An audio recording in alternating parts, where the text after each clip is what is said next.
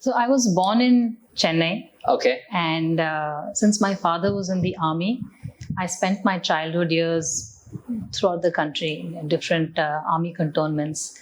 Some years in Jabalpur, that's in Madhya Pradesh, in Secunderabad, and then in Delhi. So that's where I finished my high school. Finished my high school from Delhi. Okay. And you, by being transferred around a lot, did you enjoy going to new places all the time? Was that something that interested you, or was that just something that happened? No, it was, I would say, the best childhood experience for someone to grow up in that kind of an environment. It's very unique. You really learn to be very open-minded. We never had a choice. So after a couple of years, you just pack your bags and move to a new place, go to a new school, have new neighbors.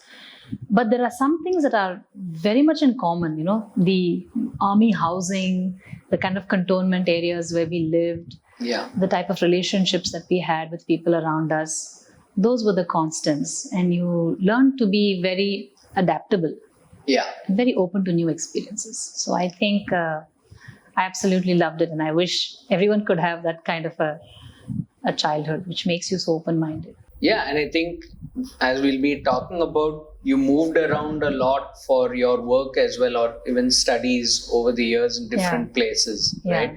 So that would have given you a bit of preparation for that. So you also, when we spoke earlier, you mentioned that there was one particular incident that was quite pivotal at a young age, is when you guys built a home. True. So when I was in class 2 and 3, at that time my father was posted in Kargil, and Kargil being a field posting, the family was staying in what's called a separated family quarters in Chennai. Okay. At that time, that was in Nandanam, which was defense quarters on Mount Road. And around that time, my parents bought a small piece of land in Nandambakam. It's a defense services officers kind of a colony, and decided to build a 2-bedroom, single-floor house. And for that, they hired a young architect, Sheila Shriprakash, actually at that time. Okay. She was just out of college. And for me, as a 7 or 8-year-old, that was my first experience with the whole construction industry, And I used to go with my mother to the construction site and just watch this building come up. Very modest, small home. Yeah. But it was fascinating, and I was kind of hooked to this idea of having these drawings that kind of translated into 3-dimensional form. So it stayed with me in my mind and sort of set me on this idea that I should pursue architecture as a career. So did you spend much time at the construction site talking to people as well? So because at that time it was what would now be called a labor contract. So we would buy the bricks and the sand and the cement and make sure that it reached the site and go there and instruct and sort of interact with the masons, etc. So it was just a nice way to understand how what is drawn on a piece of paper then gets translated into a building.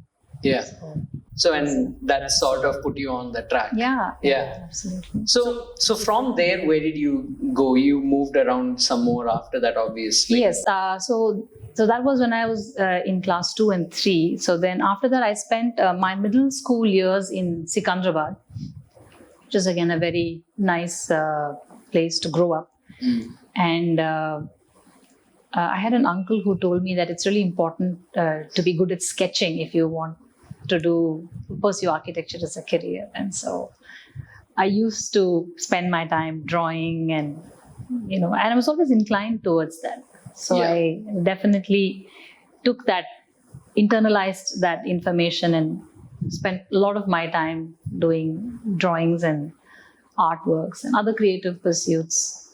I was just interested in it, but somewhere in the back of my mind, it remained that at some point when I'm in high school, I should apply to an architecture school. It's not bad. I was not bad. People who generally say I was not bad were pretty good at it, right? Okay. So, and I noticed there's one theme that seems to run across multiple people that I've spoken to for this podcast and otherwise, is that there's almost always an uncle who gives advice to the person who ends up doing what they're doing.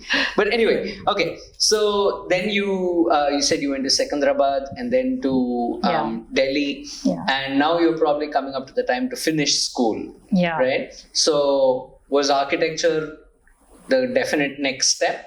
So there's absolutely no other person in my family, or I had not at this point when I was in school interacted with anyone else after that who is connected to the design profession. My father was a doctor, is a doctor who served in the army for 30 years. My mom a homemaker.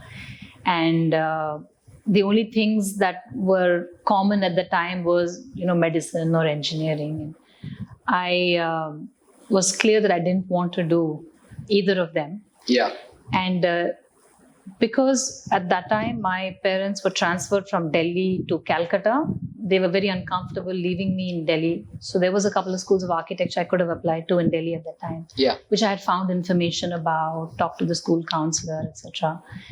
And they felt Delhi was unsafe for me to study for undergraduate education. So they said, we'll go to Chennai. If you get into architecture school in Chennai, fine. Otherwise, you'll do whatever you get into. And so I applied to WCC college and I joined computer science there. Okay. And I even spent 1 month in that program. Because, as you know, there was only one school of architecture in Chennai in 91.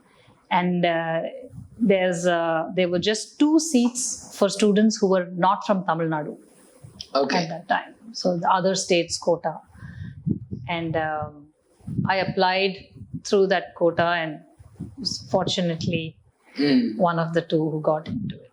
So. And this is at SAP? This is in School of Architecture and Planning in Anna University. Yeah. So that was actually,